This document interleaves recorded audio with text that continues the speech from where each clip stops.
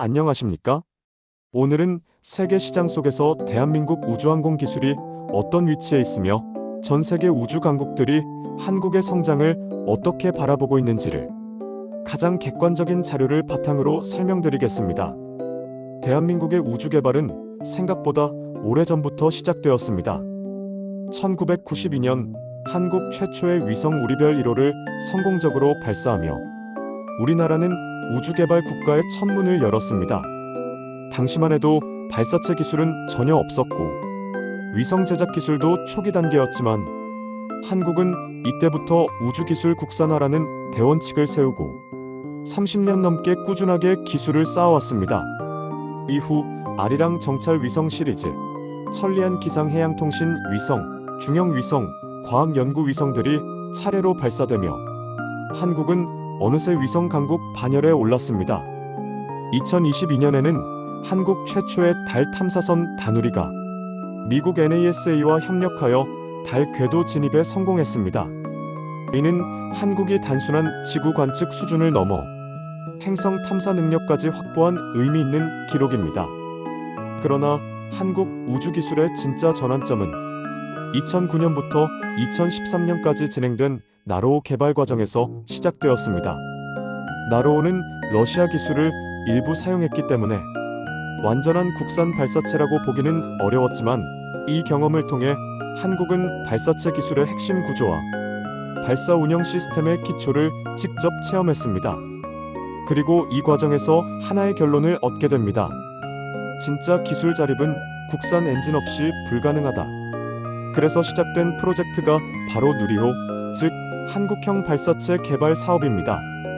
누리호는 총 3단 구조로 이루어져 있으며 1단은 75톤급 액체 엔진 4기, 2단은 75톤급 엔진 1기, 3단은 7톤급 소형 엔진을 장착했습니다.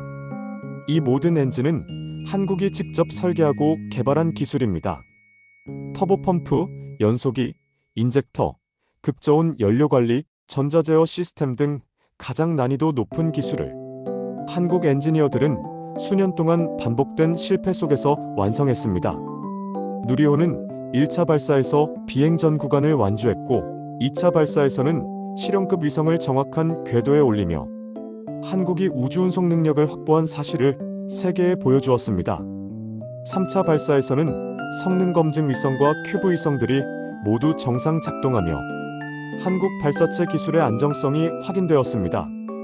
가장 최근 이루어진 누리호 4차 발사에서는 일부 비정상 신호가 감지되었지만 한국항우연은 비행 데이터 분석, 연소 과정 검증, 구조 안정성 평가 등 발사 실패를 곧바로 기술 향상의 기회로 전환하는 능력을 보여주었습니다.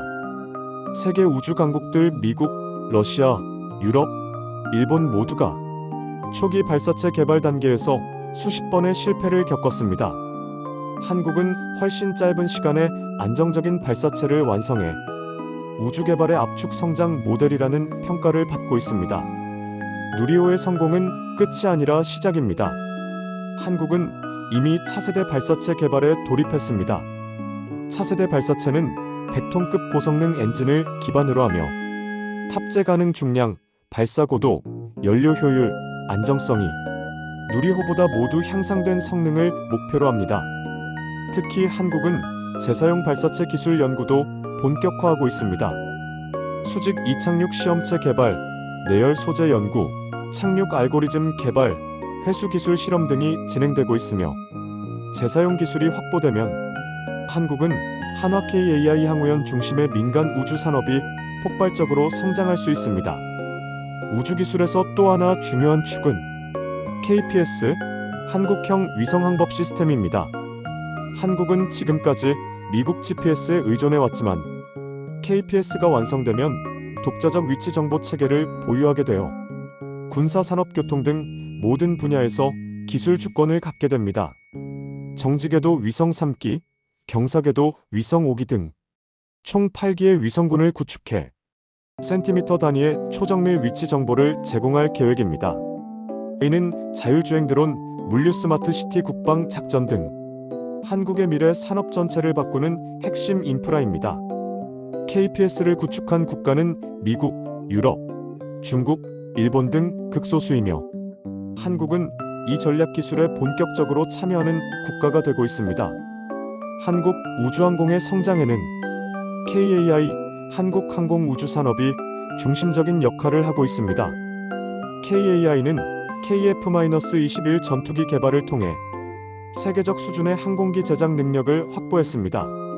또한 위성 본체 탑재체 개발, 발사체 구조체 제작, 열제어 기술 등 우주항공 분야 전반에서 실질적인 기술력을 보유하고 있습니다.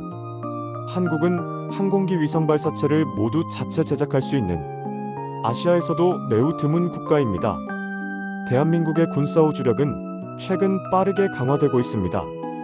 정찰 위성 발사 성공으로 독자 정보 수집 능력을 확보했고 SAR 레이더 위성 초분광 위성 등 악천후에서도 관측 가능한 위성을 잇따라 배치하고 있습니다. 이는 한국이 북핵 미사일 위협 대응에서 스스로 상황을 판단할 수 있는 전략적 힘을 갖게 된다는 의미입니다. 그리고 한국 우주산업은 이제 국가주도 체계를 넘어 민간 기업 생태계로 확장되고 있습니다.